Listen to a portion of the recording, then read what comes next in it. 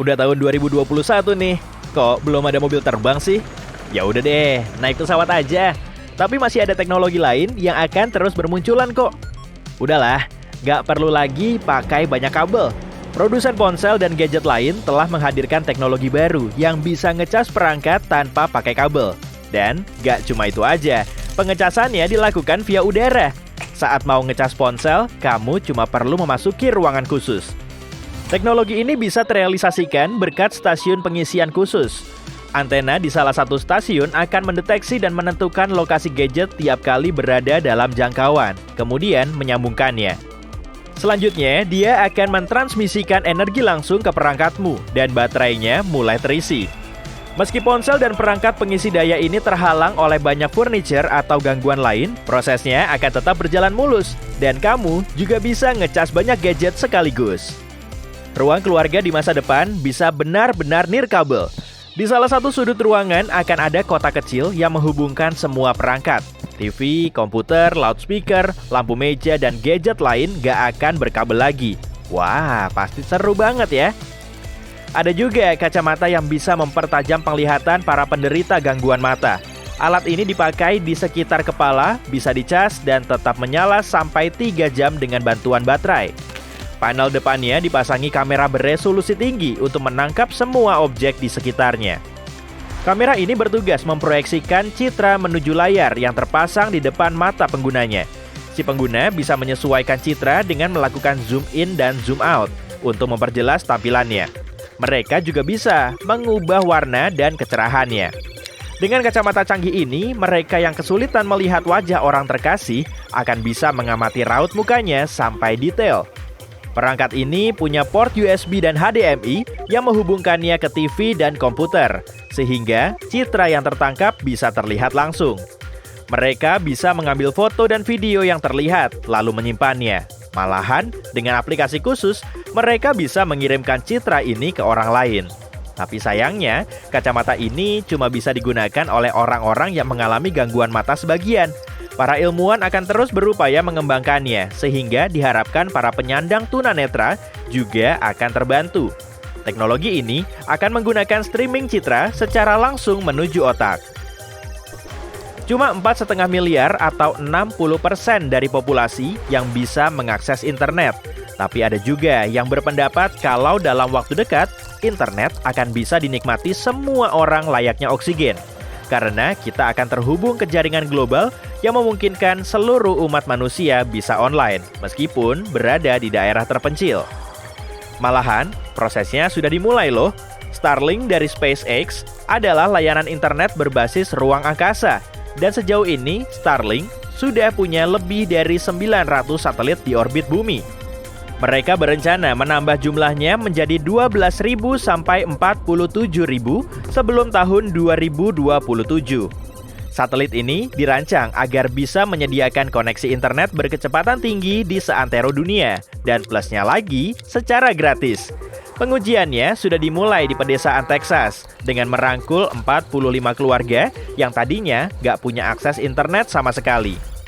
Jaringannya akan terus dikembangkan dengan menarget rumah tangga khusus terlebih dulu, menjangkau penjuru kota, lalu sampai ke semua negara di seluruh dunia. Harapannya sih begitu. Dalam waktu dekat, kamu nggak perlu lagi repot-repot masang perangkat GPS dan smartphone jadul ke dashboard mobil. Teknologi holografi baru akan bisa memproyeksikan semua informasi yang kamu butuhkan langsung ke depan mata. Dengan begini, fokusmu nggak akan buyar saat berkendara. Perangkat Bluetooth kecil akan memancarkan hologram tepat di hadapanmu. Kamu pun bisa melihat peta, rute, dan semua notifikasi dari aplikasi pilihan sambil melihat ke jalan. Saat ini, kita sudah bisa nyetak berbagai objek secara 3D. Tapi kalau nyetak rumah secara 3D, tentunya sudah ngubah definisi kata canggih ke level berikutnya. Konstruksi seperti ini memang sudah ada, tepatnya di Amerika Serikat dan di Perancis. Salah satu rumah yang tercetak juga sudah layak huni.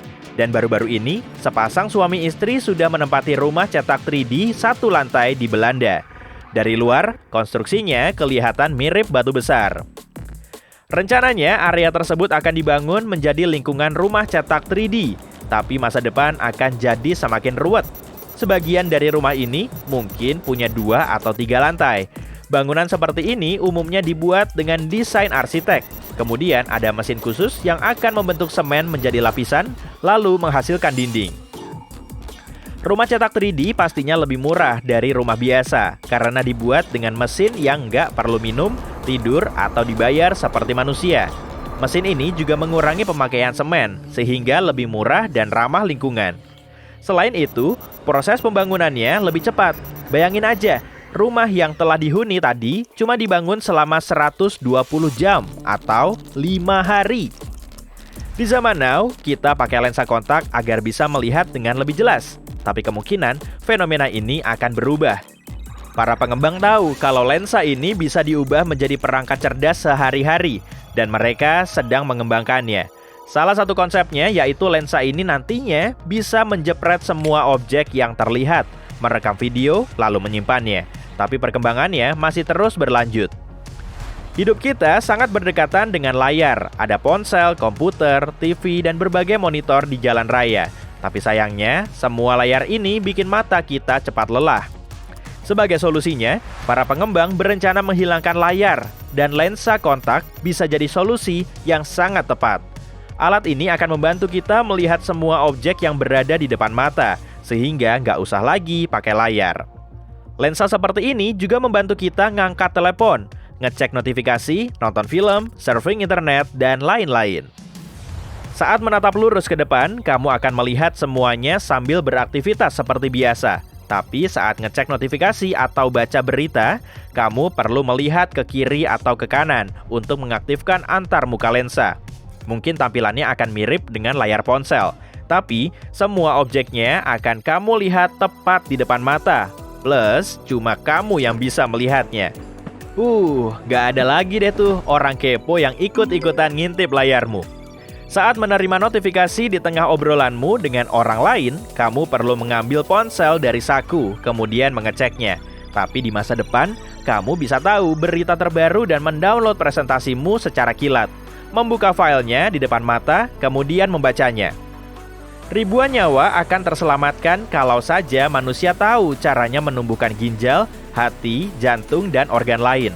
Para ilmuwan telah berhasil membuat epidermis atau lapisan kulit luar. Dengan menggunakan pengetahuan ini, mereka bisa menolong banyak orang. Pada tahun 2020, mereka juga berhasil membuat dermis atau lapisan kulit di bawah epidermis. Teknologi ini memang masih diuji, tapi kalau memang berhasil, manusia akan bisa mengatasi masalah serius di lapisan kulit yang lebih dalam. Saat ini mereka sedang mendalami teknologi yang bisa dipakai untuk menumbuhkan organ baru di laboratorium. Selanjutnya, mereka berencana membuat timus. Kelenjar ini berada di bagian atas dada, di antara paru-paru. Timus adalah bagian dari sistem endokrin yang membantu sel darah putih alias sel T melawan penyakit, infeksi, dan zat asing di dalam tubuh. Banyak orang nggak punya kelenjar ini sejak lahir, sehingga ilmuwan perlu banget nyari cara untuk membuat timus di laboratorium. Organ ini bertanggung jawab untuk memperkuat sistem kekebalan tubuh, terutama bagi pasien yang organ tubuhnya baru ditransplantasi. Dengan begini, tubuhnya akan bisa menerima transplantasi sebagai organ asli. Organ tubuh memang sulit ditumbuhkan, tapi orang di zaman dulu pun beranggapan kalau kita nggak akan mungkin ngobrol langsung dari jarak jauh. Dan sekarang, fenomena ini sudah sangat lazim.